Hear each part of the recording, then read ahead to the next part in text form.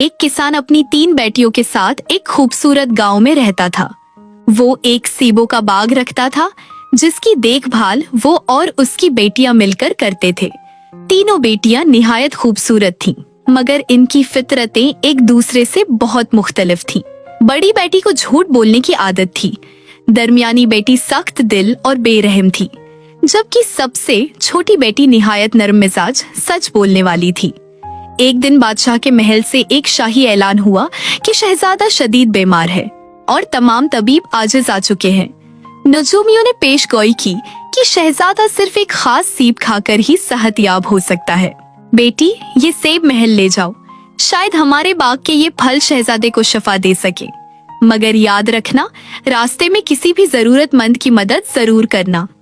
बड़ी बेटी सरख रंग के चमकते लिबास में मलबूस खुशी खुशी जंगल की पगडंडी पर चलती जा रही थी।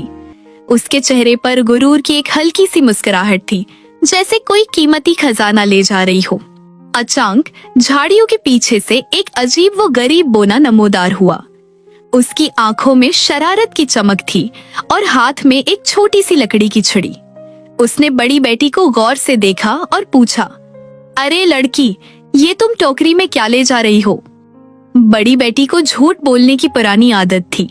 वो खुद को बहुत चालाक समझती थी, इसलिए उसने बोने से कहा, इस टोकरी में तो बड़े बड़े मेंढक हैं।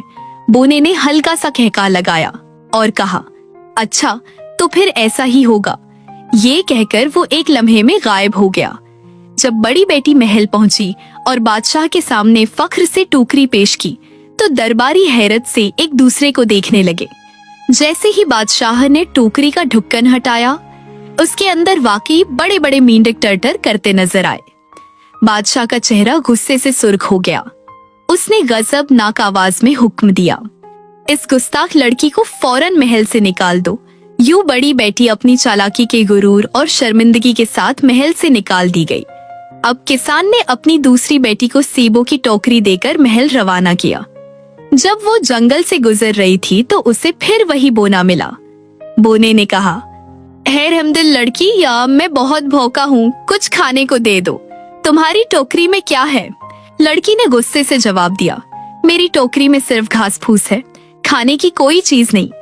बोने ने उसे गौर से देखा और कहा, हाँ ऐसा ही है, तुम जाओ। जब वो महल पहुंची और बादशाह के सामने टोकरी पेश की, तो वाकई उसमें सिर्फ घास फूस था। बादशाह को बहुत मायूसी हुई और उसने उसे भी महल से निकाल दिया। अब किसान ने अपनी तीसरी बेटी को भेजने का फैसला किया। उसका नाम नीला था। नीला न सिर्फ खूबसूरत थी बल्कि बहुत नरमी मिजाज और रहम दिल भी थी। नीला भी जंगल के रास्ते से गुजर रही थी। वही बोना नीला के पास भी आया। जब उसने नीला से पूछा, इस टोकरी में क्या है? नीला ने कहा, इसमें सुरख सेब है जो मैं शहजादे के लिए लेकर जा रही हूँ ताकि वो सेहतयाब हो जाए। फिर बोने ने एक सेब नीला से मांगा तो नीला ने खुशी खुशी वो सेब बोने को दे दिया। बोने ने नीला से कहा, जाओ, तुम अपने मकसद में जरूर कामयाब होगी। फिर नीला महल पहुंची। वो अदब से बादशाह के हुजूर हाजिर हुई और जादुई सेब पेश किए। बादशाह ने उनमें से एक सेब शहजादे को खिलाया।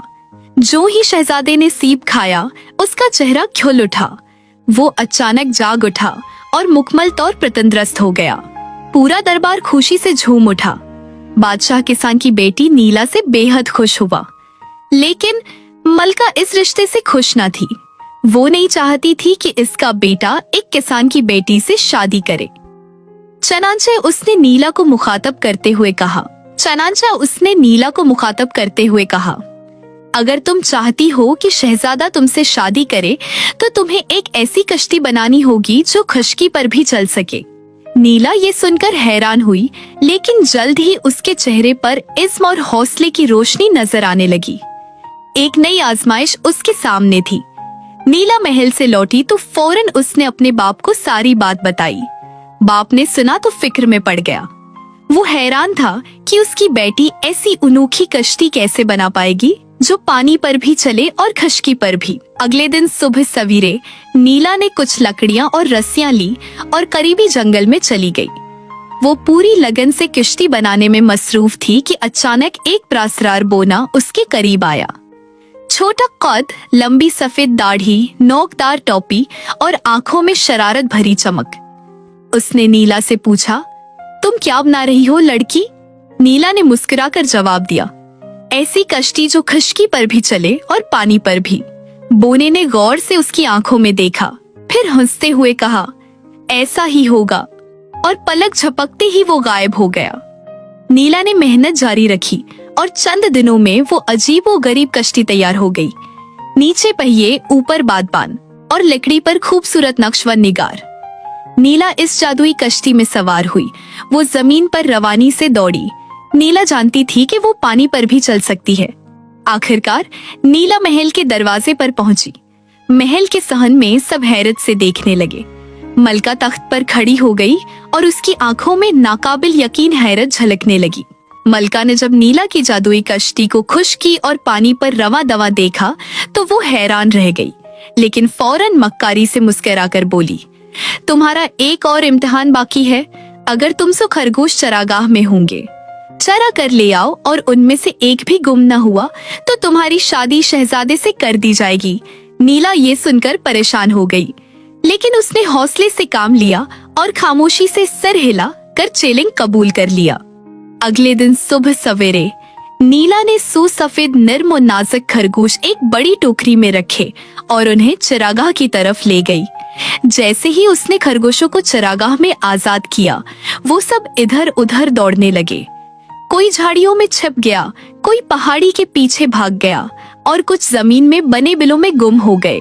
नैला सख्त परेशान हो गई। उसे समझ नहीं आ रहा था कि वो इन सबको कैसे काबू में रखे। तभी अचानक जंगल की खामोशी में छोटे छोटे कदमों की आहट सुनाई दी।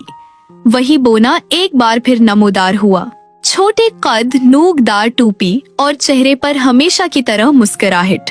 इस बार उसने नीला से कुछ नहीं पूछा, बल्कि जीभ से एक सुनहरी सीटी निकाली और नीला को थमाते हुए कहा, अगर कोई खरगोश तुमसे काबू में न आए तो यह सीटी बजा देना।